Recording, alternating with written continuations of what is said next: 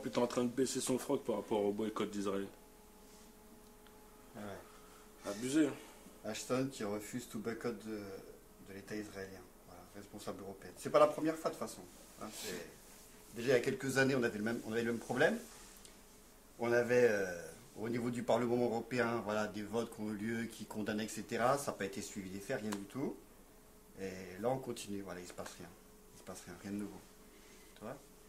Et ça dans les quartiers, ils ont la grille de lecture pour le comprendre ça, il n'y a pas de problème. Bon. Ils savent le lire. Après voilà quoi, c'est... C'est surtout abusé quand tu sais que tout le pataquès qu'il y a eu suite à la mort d'un grand homme, pour faire le lien avec l'Afrique du Sud, l'apartheid qu'ils ont subi, et aujourd'hui avec la Palestine, le conflit israélo-palestinien, on a les mêmes, je dirais, les mêmes caractéristiques et ça n'émeut personne, quoi. Our attitude towards any country is determined by the attitude of that country to our struggle.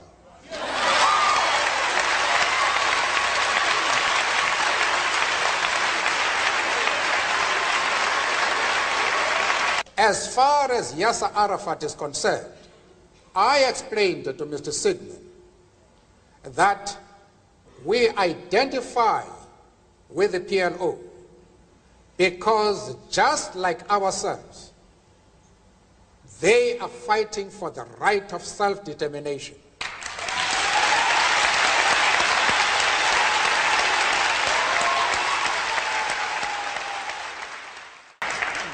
Yasser Arafat, Fidel Castro support our struggle to the hilt.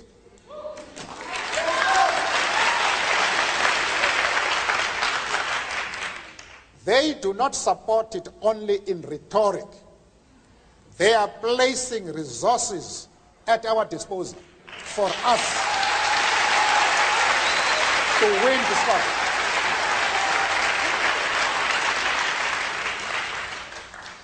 That is the position. Mais même à l'époque de l'apartheid, je ne sais pas si vous vous souvenez, ça a commencé d'abord, le boycott, d'abord chez les gens. Avant que des institutions, l'ONU, etc. fassent le relais, au départ c'était des gens de la base, des gens qui, la question d'égalité des Noirs, des Blancs, etc., ça leur parlait, y compris dans leur tripes, même en France, vu de France. Voilà, ça s'est enchaîné comme ça. Et après, les institutions sont venues. Là, c'est pareil, on a le même problème là. C'est-à-dire que au niveau des quartiers, on a tous compris pourquoi il fallait boycotter. Et voilà, le droit n'est pas respecté, le droit du peuple palestinien, il y a une politique d'apartheid, il y a une politique de colonisation, il y a un agresseur, un agressé, etc. On voit comment ils sont soutenus. Et du coup, ça crée du dégoût. Déjà, c'est une injustice en soi. Mais en plus, après, vu des quartiers, vu de là d'où on est, d'où on travaille, etc., tu as le sentiment que on ne peut pas compter sur ceux d'en haut, quoi. Voilà. À l'époque de l'apartheid, c'était ça aussi. Voilà. Et la même histoire continue. Tu veux nous expliquer un peu la campagne BDS, où ça en est et ce qui t'est arrivé à toi par exemple? Ben, nous, ce qui s'est passé, parce que c'est un nous large, hein, c'est-à-dire que ça fait des années qu'il y a une campagne BDS qui a été lancée. Elle a été lancée par des Palestiniens eux-mêmes. C'est ça aussi la belle leçon. Si c'est pas nous de France ou de Belgique ou des Palestiniens, une centaine d'orgas. Explique ce que c'est BDS. Ben, c'est un appel international à boycotter les produits israéliens, à pousser au désinvestissement et à y compris mener des sanctions contre l'État d'Israël tant que les droits du peuple palestinien ne sont pas établis, tant que la colonisation ne s'arrête pas, tant que le retour des réfugiés n'est pas acté, tant que les discriminations, y compris en Israël, parce que y compris quand tu as des Arabes israéliens, ils n'ont pas les mêmes droits que les Juifs israéliens, donc tant que les discriminations dans l'État d'Israël ne sont pas abolies. Donc c'était ça au départ la campagne de boycott qui a été lancée, c'était, y compris d'ailleurs, il y avait l'Afrique du Sud dans la tête de Barghouti, Omar Barghouti qui a lancé avec beaucoup d'autres cette idée-là, c'était il faut que partout dans le monde on réagisse comme à l'époque de l'Afrique du Sud. Voilà. Et donc c'est parti un an après la construction du mur. Il y a un mur qui fait 700 km qui a réduit ce qui reste de la Palestine en rien de viable concrètement. Un an après, il y a cette campagne de boycott qui a été lancée. Et aujourd'hui, partout dans le monde, le boycott est suivi par des militants associatifs, des orgas, etc., y compris en France. Voilà.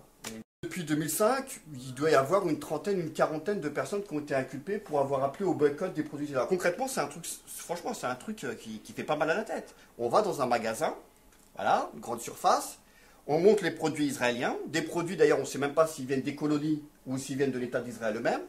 Ils arrivent sur le marché français, en plus ils ont des tarifs douaniers préférentiels, ça veut dire que il y a des accords entre l'Europe et Israël qui font que, y compris la CAM qui arrive d'Israël, eh bien, il y a moins de taxes pour le pays exportateur Israël, etc. Donc, et ils arrivent donc sur les États là, en France. Nous, on arrive, on fait la démonstration, on dit voilà, on a un pays qui ne respecte pas les droits de l'homme, qui ne respecte pas les droits du peuple palestinien. On estime que telle enseigne, tel magasin, etc. devrait boycotter. On appelle les gens de ne pas acheter ces produits-là. Une réaction pacifique, civique, tu dis comme tu veux, un truc très clair.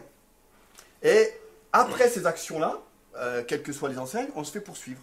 Et il y a eu une trentaine, une quarantaine de militants, militantes, et de tout, hein, des anonymes, ça veut dire qu'ils n'ont pas de carte, des gens du PC, du PG, du NPA, d'Europe Écologie Les Verts, des associations, bref, tous ceux qui s'intéressent un petit peu à ce qui se passe autour, mais aussi beaucoup d'anonymes, beaucoup de gens qui n'ont pas de carte, qui ne sont pas obligatoirement dans un truc et tout. Et voilà, et on se fait poursuivre pour un truc qui est grave pour nous. On se fait poursuivre, pas pour avoir appelé au boycotter les produits israéliens. On se fait poursuivre pour antisémitisme. C'est-à-dire qu'à partir du moment où tu appelles, tu vois le délire, à partir du moment où tu appelles à boycotter les produits israéliens, parce que le droit n'est pas respecté, etc., tu es poursuivi pour antisémitisme. À l'époque, imagine pour l'Afrique du Sud, tu appelles au boycott de l'Afrique du Sud, c'est que donc tu es un raciste anti-blanc. Tant que les institutions internationales, tant que les États ne prendront pas leurs responsabilités, bah, c'est à nous de le faire. Voilà. Et plus il y a de gens qui le font, et plus finalement ça pèse, et plus ça remonte, y compris dans les institutions intermédiaires. Parce qu'en France, on est super en retard, et tu regardes ce qui se passe aux quatre coins du monde, il y a des vraies victoires sur la question du boycott, avec des boîtes qui désinvestissent des dizaines de millions, voire des centaines de millions qu'ils avaient investis en Israël, avec des fonds de pension qui refusent d'intégrer des investissements israéliens, avec des choses comme ça, et ça commence à faire mal au porte-monnaie. C'est bien la preuve que ça fonctionne. Et ça les inquiète en face du coup? Ça les inquiète. Il y a 10 jours, là, il y a eu la réunion du principal lobby pro-Israël aux États-Unis qui s'appelle l'AIPAC. Netanyahou, le Premier ministre israélien, il a fait un speech devant l'AIPAC. Un tiers de son discours s'était consacré à BDS. Et il a dit 18 fois le mot BDS dans son discours devant l'AIPAC. Ce qui est bien la preuve que ça commence un peu à les inquiéter, les mecs. De toute façon, la meilleure preuve que ça les inquiète, c'est justement cette information-là. Tu dois avoir des élections européennes dans quelques semaines, là, et comme par hasard, le premier acte politique un peu fort, c'est les institutions européennes qui expliquent que de toute façon, il est hors de question de boycotter Israël. C'est pour ça que la dernière fois, on s'était vu pour faire un peu le point sur la Centrafrique, et là, de parler de Palestine, c'est important aussi, parce que ça prouve qu'une des questions concrètes où là, pour le coup, l'Union européenne pourrait peser tout son poids et régler plein de trucs, c'est l'hypocrisie la plus totale. À partir du moment où tu appelles au boycott des produits israéliens que tu es traité d'antisémite, nous on retournait l'argumentaire en disant mais c'est vous les antisémites. Parce que vous estimez que quand on critique un État, quand on critique le gouvernement israélien, quand on critique sa politique coloniale, vous pensez qu'on critique les juifs. Ça veut dire que vous faites une association entre le fait d'être juif d'une part et le fait d'être colonialiste, etc. Et ça, cet amalgame-là, ça c'est du racisme. Voilà, et en l'occurrence de l'antisémitisme.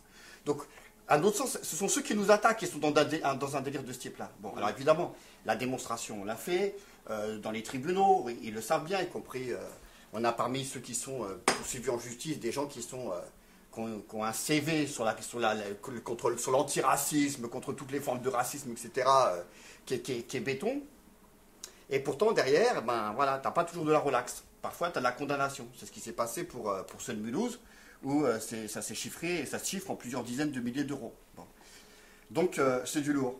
Et après, il y a une deuxième chose, moi, qui me fout les boules, comme vous dites, là, parce que les élections européennes arrivent, etc. Bon, et tout le monde va gueuler à l'abstention, les trucs, etc.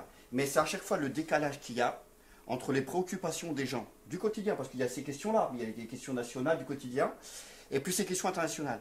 Tout le monde comprend bien qu'il y a plus qu'un malaise dans le colonialisme d'Israël à l'égard de la Palestine, etc. Bon. Le fait que ce ne soit pas relevé suffisamment dans les médias, que ce ne soit pas relevé par les politiques, au contraire, etc. Bon, au bout d'un moment, tu as compris la grille de lecture. C'est-à-dire, ce monde-là, il n'est pas fait pour toi. Tu as compris que ceux qui jouent là-bas au Monopoly, c'est toi, tu n'es pas dans le coup, toi. Tu vois, tu n'es pas dans le coup. Et donc, ça se traduit par ce qu'ils appellent le désengagement au niveau citoyen, machin, etc. Alors que, pour moi, c'est un truc perso. Moi, je pense qu'il y a un engagement citoyen à dire que le système, il ne fonctionne pas. Voilà. Et on n'est pas obligé de jouer dans les règles du système tel qu'il nous le donne à manger actuellement.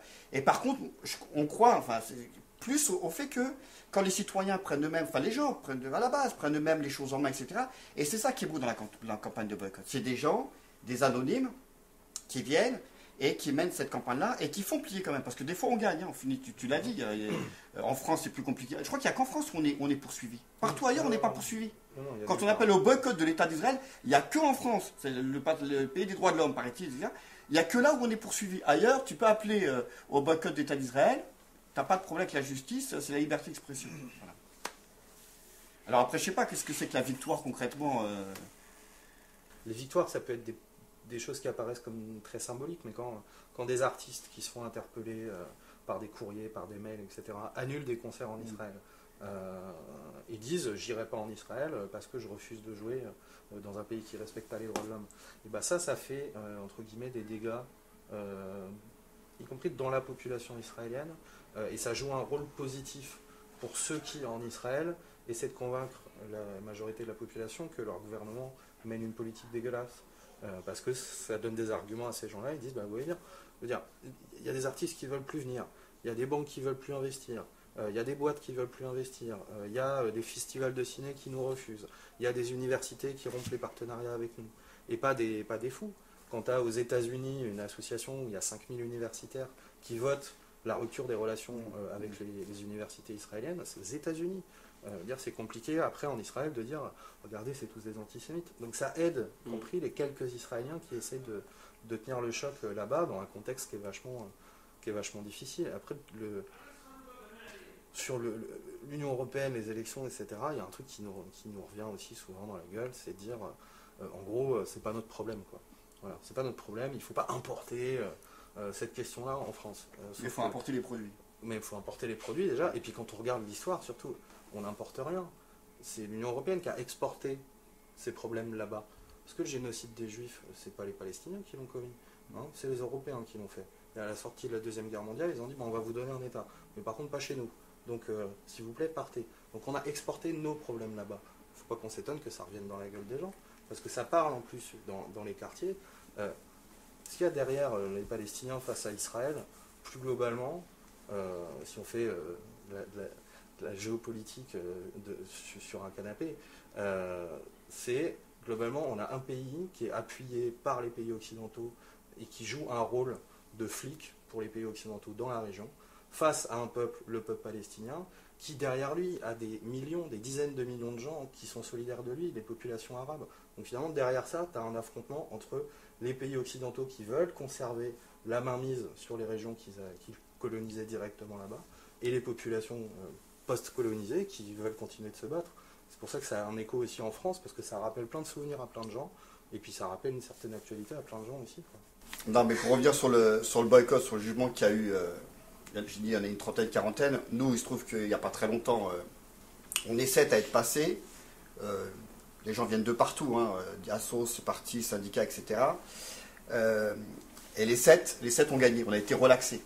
Et ce que dit la juge, franchement c'est une première, y compris dans les jugements BDS en France. Parce que je lis juste, je ne vous saoule pas, juste la conclusion. Cet appel au boycott est en réalité une critique passive de la politique d'un État, critique relevant du libre jeu du débat politique qui se trouve au cœur même de la notion de société démocratique. Ainsi, dès lors que le droit de s'exprimer librement sur des sujets politiques est une liberté essentielle dans une société démocratique, etc., cet appel au boycott entre dans le cadre normal de cette liberté. Ça, là, c'est devenu ma carte de visite partout maintenant. C'est-à-dire que cette juge-là, elle a le courage, y compris le proc, qui n'a d'ailleurs pas demandé de condamnation. Au détour de notre procès à nous, on peut dire que ça s'est franchement bien terminé. Et y compris, on peut dire très modestement que ça va faire jurisprudence pour tous les procès qui vont venir derrière. Mais pour arriver à ça, il y a eu combien de condamnations avant, combien de procès qui sont terminés plutôt mal, etc. Donc, juste, voilà, ça vaut le coup de mener le bras de fer, le rapport de force jusqu'au bout, ça les emmerde à fond. Et c'est un encouragement à poursuivre la campagne BDS de boycott des produits israéliens partout en France et ailleurs. Donc, ouais, moi je crois que ça tient la route. Ça tient la route et ça lâche pas le morceau. Il n'y a pas de conciliation parce que justement c'est une initiative citoyenne. C'est une initiative qui part d'en bas avec des militants et des militantes qui sont très clairs sur un ensemble de questions. Et il n'y a rien à négocier. On n'est pas au Parlement européen, on n'est pas au Parlement français, etc. C'est une initiative qui est propre sur elle, voilà, qui a toute sa légitimité à se poursuivre. Donc c'est assez encourageant. Mais ça c'est une action, il y en a eu d'autres. Il y a eu la flottille aussi. Quand vous étiez parti, enfin vous avez tenté de partir, enfin c'était compliqué ce truc-là. Ouais, c'était compliqué. De toute façon, ça rejoint un peu ce que vous discutiez, c'est le décalage qu'il y a entre l'actualité politique et médiatique et puis les actions de solidarité concrètes, parce que des actions de solidarité concrètes avec la lutte du peuple palestinien, il y en a plein en réalité. Il y a la campagne boycott des investissements sanctions, il y a les femmes contre le blocus de Gaza, il y a eu les missions civiles, il y en a encore, il y a eu plusieurs projets qui n'ont pas pu aboutir comme on le souhaitait, et puis la première a abouti de façon tragique, c'était la flottille pour Gaza, et pour avoir participé avec d'autres justement à la deuxième flottille, je me souviens pour avoir passé, en fait tout ça, ça dure une bonne semaine finalement, entre l'attente à Athènes où il y a déjà les autorités israéliennes qui foutaient la pression au gouvernement grec et au bord de l'asphyxie, en leur faisant comprendre concrètement que si le gouvernement grec n'empêchait pas de partir l'ensemble des bateaux, il y aurait des sanctions, enfin, il y aurait d'une manière ou d'une autre des retombées économiques, quoi, et que le gouvernement grec n'a pas pu s'amuser à ça. Donc du coup, on a eu des autorités grecques qui ont fait un travail de sous-traitance du gouvernement israélien, c'est-à-dire, et ça c'est super mal passé vis-à-vis de toute une partie de la population en Grèce, parce qu'en Grèce ça a été relayé, en France ça a été très peu relayé, mais en Grèce ça a été super relayé. On a un gouvernement qui a fait l'huissier du gouvernement israélien et qui a donc concrètement dans le port d'Athènes empêché les différents bateaux de pouvoir partir, sauf un. On était quelques-uns dessus et j'étais présent à bord. On est resté 4-5 jours et on s'est fait gauler dans le sud de la Crète parce qu'il fallait qu'on fasse le plein de gasoil. On n'avait pas tout prévu à ce moment-là, mais c'était la portée symbolique, c'est-à-dire qu'on se fait retoquer par des autorités grecques qui à ce moment-là font un travail de sous-traitance, de la même manière que une délégation de femmes qui devaient partir à Gaza se sont fait au bout de 5 jours finalement de 5 jours à être parqués dans l'aéroport du Caire, se sont retrouvés expulsés d'Égypte par les autorités égyptiennes. Ça donne quand même une idée de la portée de la politique israélienne, parce qu'on a et un gouvernement égyptien et un gouvernement grec dans 2 cas précis qui font du travail de sous-traitance. Mais le côté positif, c'est que des campagnes de solidarité existent. Et je crois que c'est ça qu'il faut essayer de mettre en avant. Parce que justement, les cartes aujourd'hui en France, elles sont brouillées. Parce que comme justement, il y a ce décalage-là, les cartes sont brouillées. Puis il y en a quand même brouillé énormément, les cartes. Mais l'espace politique, social, syndical, associatif qui existent et qui font vivre des campagnes de solidarité concrètes, des vraies campagnes de solidarité, qui sont utiles pour le peuple palestinien, c'est en général un espace qui est tellement actif d'ailleurs qu'on arrive à s'attirer les foudres à la fois des sionistes et à la fois des antisémites. Parce qu'on n'est ni l'un ni l'autre. Et justement, il y a un espèce de jeu de miroir, des gens qui nous détestent dans les 2 cas, parce que nous, on est clairement antiracistes. Parce qu'une des raisons qui fait qu'on est solidaire du peuple palestinien, c'est précisément l'antiracisme, et on sait que derrière un antisémite, il y a un négrophobe, il y a un islamophobe, parce que tout ça, il y a une vision globale du racisme. Et à l'inverse, le sionisme joue justement sur le fait qu'il y aurait une équation entre les deux. Voilà. Et il y a une démonstration concrète qui existe en vrai, en live, de campagnes concrètes, et celles-là, il faut les faire vivre et essayer de leur donner peut-être plus d'écho, parce que ça concerne, je ne sais pas, mais même dans la solidarité active, il y a plusieurs dizaines de milliers de personnes qui s'activent en France sur ces campagnes de solidarité-là. Donc ça, c'est du travail de fourmi qui ne fait pas la une de l'actualité, mais qui est quand même super efficace et puis qui apporte beaucoup. Ça, on le gardera peut-être pas, mais moi, je me souviens que sur la flottille, quand on avait le téléphone satellitaire, on avait eu les pêcheurs de Gaza qui nous disaient, puisque le projet était, ça tournait sur Al Jazeera, donc eux étaient informés, et puis c'était un petit événement pour eux, même si en France, c'était pas relayé. Et ils nous ont, et quand on s'est fait gauler, ils pleuraient au téléphone pour nous. Et toi, tu es dans la disproportion parce que c'est rien pour toi, en réalité, par rapport à leur combat. Mais ça, c'est des moments humains, super forts. Super forts. Donc c'est un combat qui doit continuer. Et puis justement, de relayer finalement ce que des organisations palestiniennes demandent de faire. Parce Ouais, que c'est ça. le bon cheminement, c'est quand même ça. Hein. Et l'histoire de BDS, c'est ça. C'est une campagne qui répond à un appel, qui est l'appel du peuple palestinien, justement. Donc ça, c'est des trucs concrets dans lesquels chacun peut s'investir d'une manière ou d'une autre. D'ailleurs, quand on est allé à Gaza il y a quelques temps, bon, on rencontre les militants et c'est vrai que c'est une trempe. Hein. Je veux dire, c'est pas le misérabilisme, hein. C'est pas, c'est une carrure et de l'expérience politique militante. Nous, on prend des leçons. On va là-bas, on prend des leçons. Bon. Et l'un des passages obligés, c'est s'arrêter sur l'un des ports de Gaza. Tu as une stèle pour les 11 Turcs, les Turcs qui sont morts pareil, dans une flottille de solidarité, qui sont fait canarder par l'armée israélienne. Et pour eux, c'est extrêmement important, cette solidarité internationale. Voilà, c'est un passage obligé, tu t'arrêtes devant. Et quand on allait un peu plus haut, parce que c'est marrant, c'était la même journée, le port de Gaza, et puis on allait voir un cultivateur de fraises un peu plus haut sur Gaza, la frontière israélienne. Il nous montre ses fraises, machin, etc. On prend le thé ensemble et tout. Et puis il nous montre les caisses. Les caisses dans lesquelles il fout les fraises. Et dans les caisses, les cartons en question, c'est Made in Israel. Tu vois, l'exportateur israélien vient, prend la cam palestinienne, il met son tampon et il exporte, évidemment, tous les bénéfices sont pour lui. Et nous, on lui dit, mais nous, voilà, on est dans le cadre de la campagne BDS, est-ce que ça vous emmerde pas? Parce que quand on boycotte la fraise israélienne, c'est ton fric. Putain, mais j'aurais dû fermer ma gueule. Il s'est levé d'un coup, il s'est énervé. Il faut boycotter l'État d'Israël. C'est-à-dire que pour lui, c'est secondaire le fait que ça puisse enlever, y compris quelques subsides, etc. Pour lui, ce qui est important, c'est boycotter. Parce qu'ils sentent bien que bon, ils vont dans le mur dans l'état actuel des choses.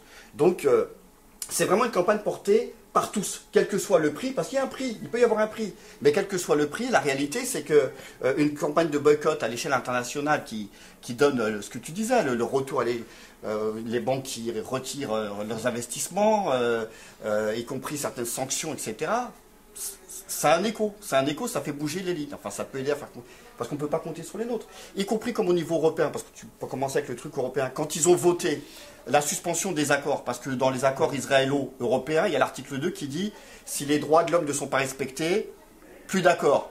Bon, l'article 2 n'est pas respecté, pas d'accord. Donc ils votent au Parlement européen, ça s'est fait à l'arrache. Donc suspension des accords. Mais après, c'est les États, les différents États qui doivent concrètement ne plus faire de business avec Israël.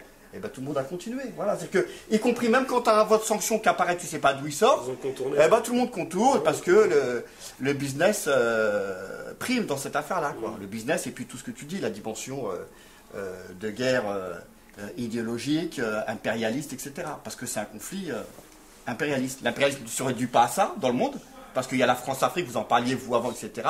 C'est un des aspects, mais il y a cet aspect-là. Voilà. Oui, puis de guerre tout court. L'État d'Israël, il est utile parce que l'État d'Israël, il est dans les 5 premiers exportateurs d'armes au monde, alors que c'est un pays qui est grand comme la Bretagne.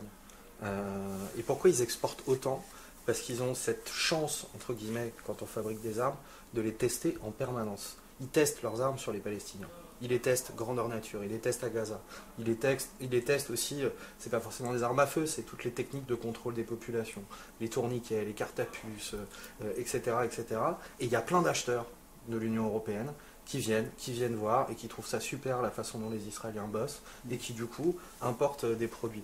Il y a un reportage, un documentaire israélien qui s'appelle The Lab où on voit un général israélien un officiel israélien qui dit les Européens c'est vraiment des hypocrites. Au moment des bombardements sur Gaza en 2008-2009, il disait qu'il fallait qu'on se modère et qu'on fasse attention aux civils, etc. Quand on a eu fini les bombardements, ils ont débarqué tous pour nous demander mais comment vous avez fait? Qu'est-ce que vous avez utilisé? C'est quoi vos technologies? Etc. Et on achète des armes à Israël parce qu'ils les testent tout le temps et ça montre l'hypocrisie du truc et ça montre que les rapports économiques entre Israël et l'extérieur sont vitaux pour l'État d'Israël, parce que c'est un État qui, s'il n'est pas soutenu politiquement, économiquement et diplomatiquement par les pays occidentaux, il ne tient pas. Et c'est ça le point commun aussi avec l'Afrique du Sud, c'est que l'Afrique du Sud, au bout d'un moment, si elle n'était pas soutenue de l'extérieur, le régime il s'écroulait. L'État d'Israël c'est pareil, s'il n'a pas le soutien qu'il a, il s'écroule. Et c'est ça l'intérêt de la campagne de boycott, c'est de dire on arrête de soutenir cet État, et tant que les autorités ne l'auront pas fait, nous, on fera tout pour que ce soit le cas. Et effectivement, les trucs économiques, ça commence à fonctionner. Mais après, voilà, la campagne de boycott, elle est à penser avec l'autre volet, et entre autres la flottille. En gros, l'idée, c'est l'État d'Israël, il est trop soutenu, et les Palestiniens ne le sont pas assez. Donc il faut isoler l'État d'Israël, et puis il faut rompre l'isolement des Palestiniens.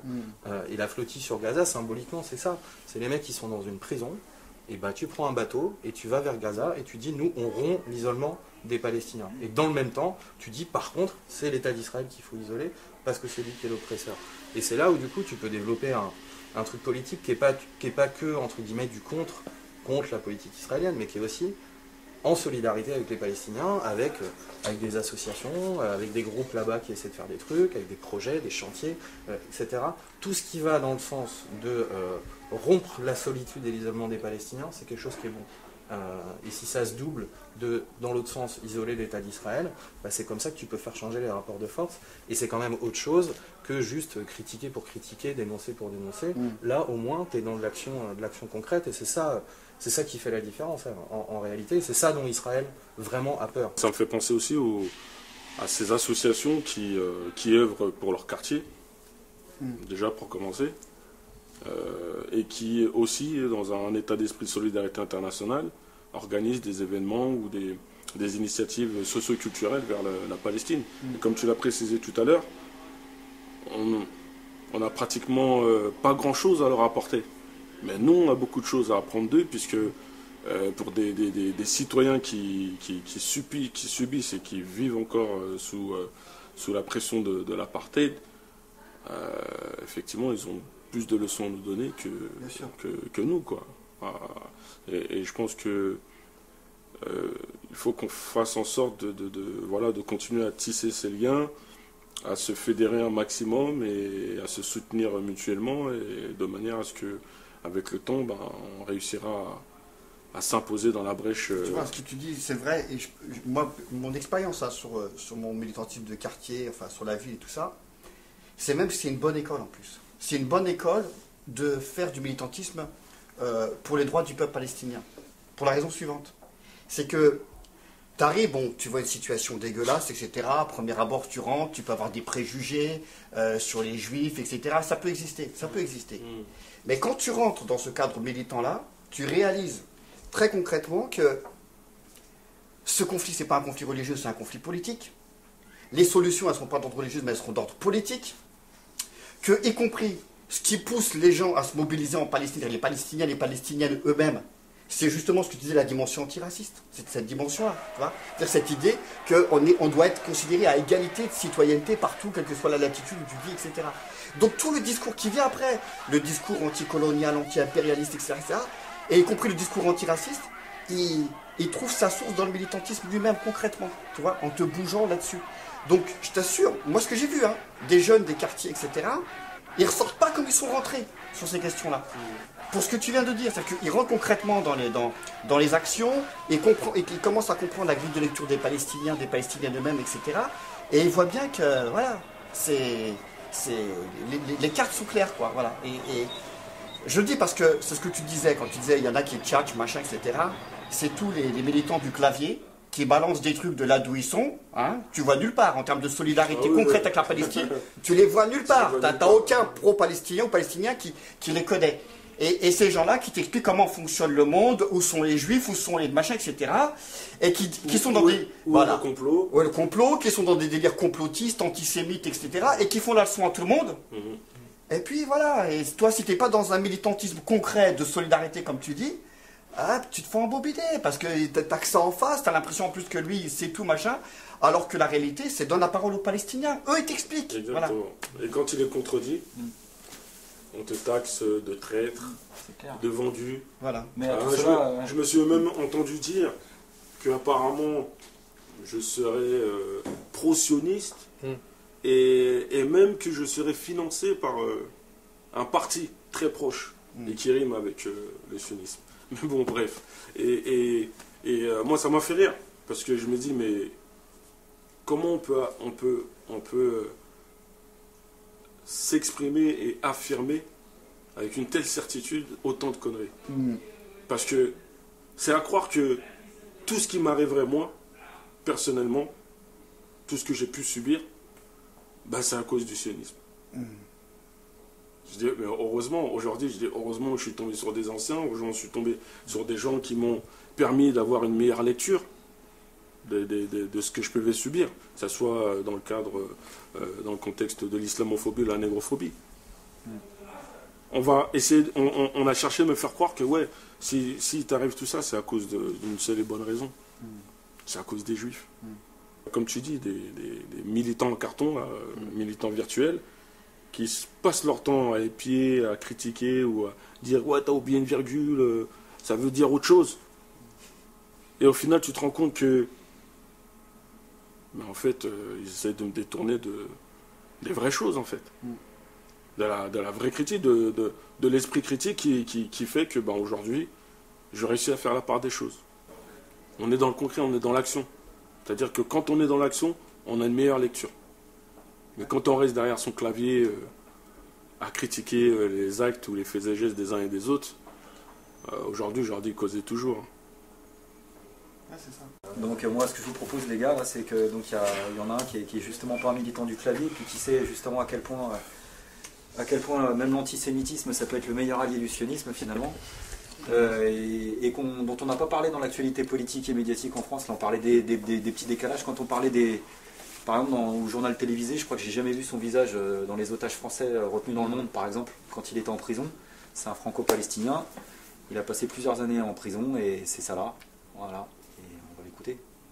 Le mouvement de solidarité internationale avec le peuple palestinien, il fait une partie essentielle de la lutte du peuple palestinien. Il faut que les gens autour du monde qui se mobilisent avec la cause palestinienne comprennent que notre lutte, elle ne peut pas être efficace sans leur mobilisation avec nous. On a besoin de eux pour isoler cette occupation autour du monde. On a besoin de eux pour créer l'opinion publique autour du monde. On a besoin de eux pour qu'ils mettent l'attention sur leur gouvernement et leurs États, pour leur demander de mettre la pression sur l'occupation, rendre les droits historiques au peuple palestinien. Surtout que ce mouvement de solidarité a les moyens et la liberté d'expression qui leur permet de pouvoir travailler et s'organiser et aider le peuple palestinien et faire des missions que le peuple palestinien ne peut pas faire d'ici.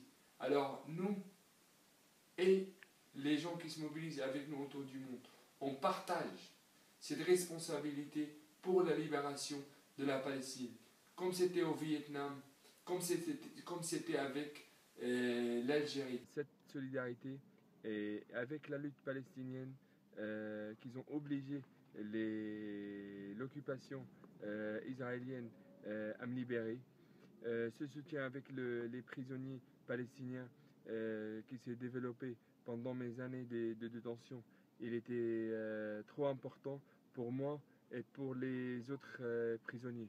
Mais cette question, on a besoin de la développer ensemble sur tous les fronts.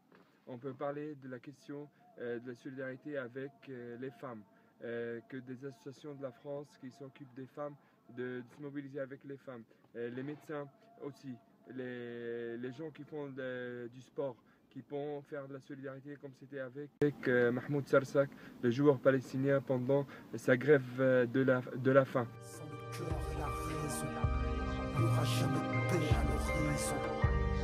Parlons de faits, pas de vision. La paix sur la justice ne sera jamais qu'une illusion.